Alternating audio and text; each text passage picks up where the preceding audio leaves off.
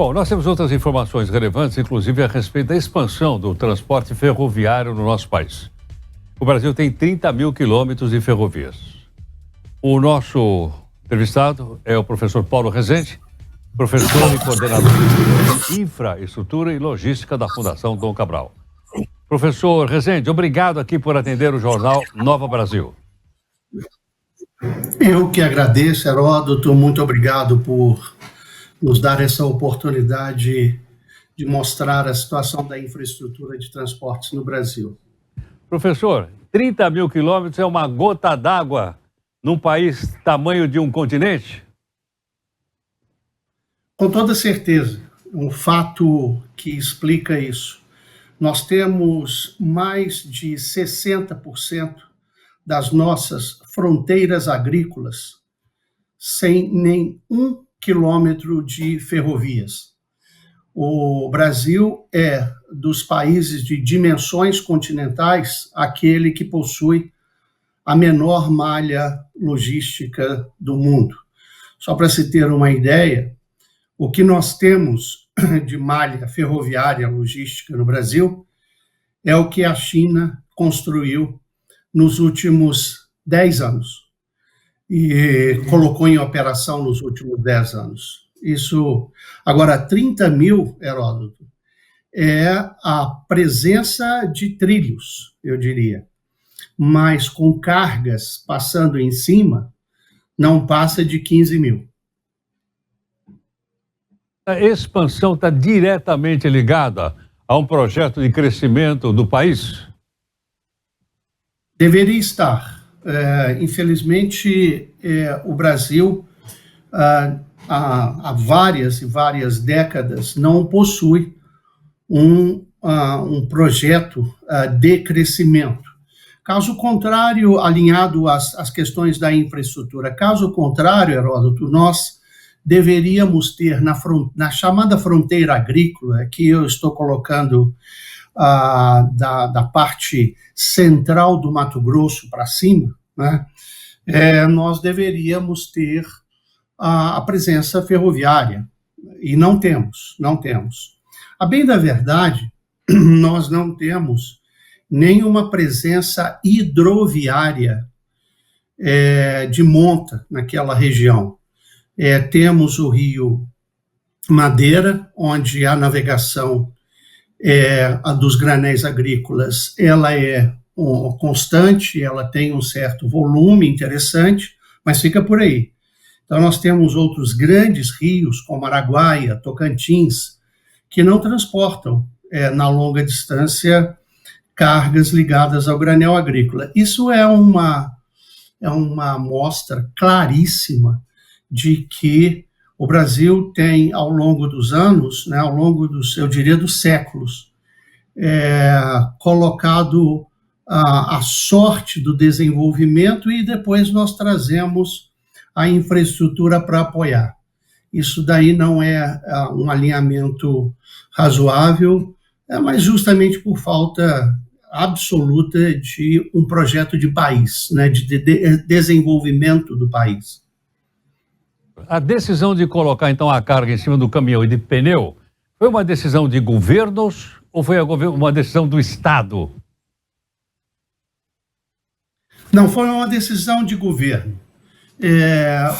A questão é que o Brasil, e aqui nós não temos tempo para alongar muito, mas o Brasil criou, Heródoto, uma cultura que é uma cultura que vai desde a gestão de uma pequena empresa até a gestão do próprio país, que é a chamada cultura do ciclo, né? Então, só para se ter uma ideia, em 1929, o Brasil tinha a segunda maior rede ferroviária do mundo, só perdendo para a Índia em termos de passageiros. Em 29, nós transportamos pelas nossas ferrovias 5 vezes a população brasileira. Hoje em dia, nós não temos, na longa distância, temos somente um trem de passageiros e mesmo assim transportando alguns poucos milhares de pessoas por ano. O que acontece? Essa cultura do curto prazo, né, da falta de planejamento do longo prazo, e entra um governo que acredita mais nesse modo de transporte do que naquele, ou é pressionado por forças políticas e econômicas para se implantar um tipo de modal de transporte, vai fazendo com que o outro seja abandonado. E assim sucessivamente. Então, não tem problema nenhum, nós tínhamos que criar um sistema rodoviário muito, muito grande. O Brasil necessita da rodovia, ela é primordial, ela é fundamental para a nossa logística.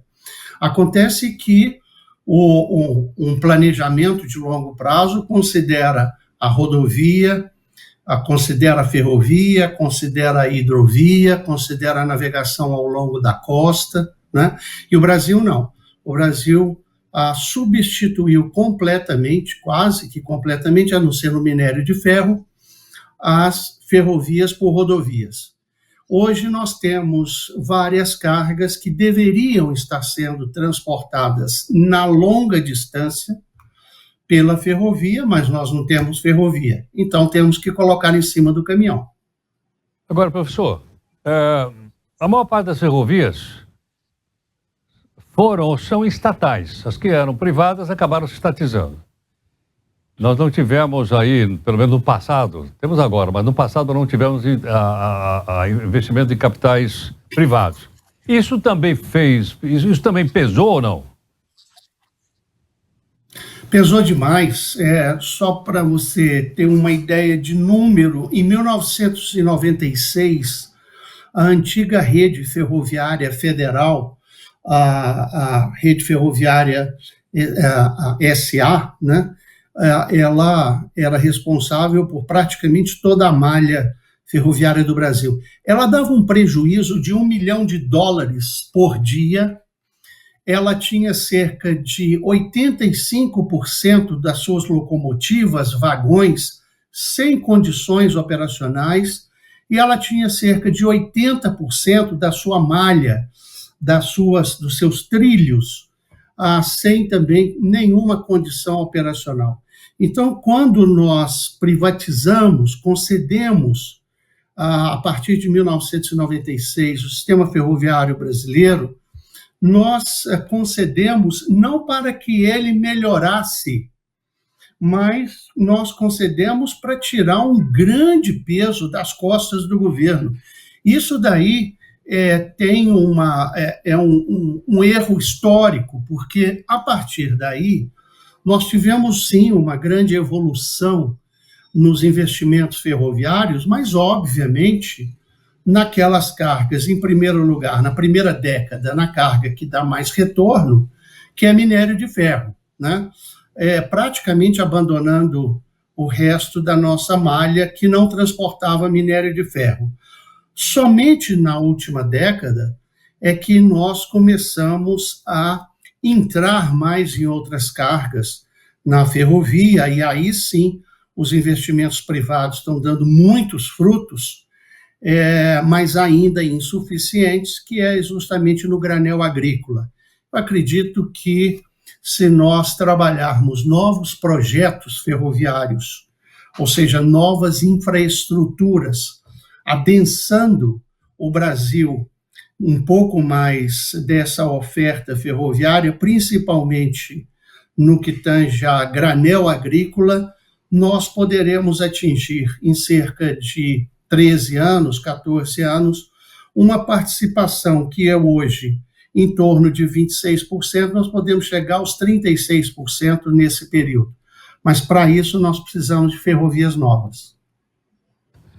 Professor, muito obrigado aqui por atender o Jornal Nova Brasil. Obrigado a você e mais uma vez um prazer te ver, um prazer dar essa entrevista para vocês. Boa sorte. Muito obrigado, professor Paulo Rezende, professor e coordenador do Núcleo de Infraestrutura e Logística da Fundação Dom Cabral. Tá falando então a respeito de por que nós não temos ferrovia no Brasil. Quem deve estar dando volta na tumba é o Visconde de Mauá.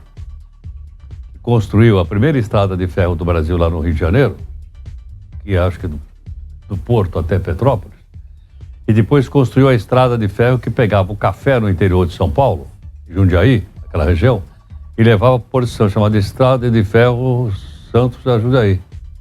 Aí o que acontece? Os cafeicultores não entraram com a grana, ele quebrou. Aí vieram os ingleses e transformaram na São Paulo Railway. Depois foi estatizada. Tem uma ideia? Tem lugares nesse país aqui, no Vale do Paraíba, do Rio de Janeiro a São Paulo, foram construídas 3 ferrovias no mesmo lugar. Uma quebrou, puseram outra, quebrou outra, por aí afora. Pra você ter uma ideia como é que o tema foi tratado.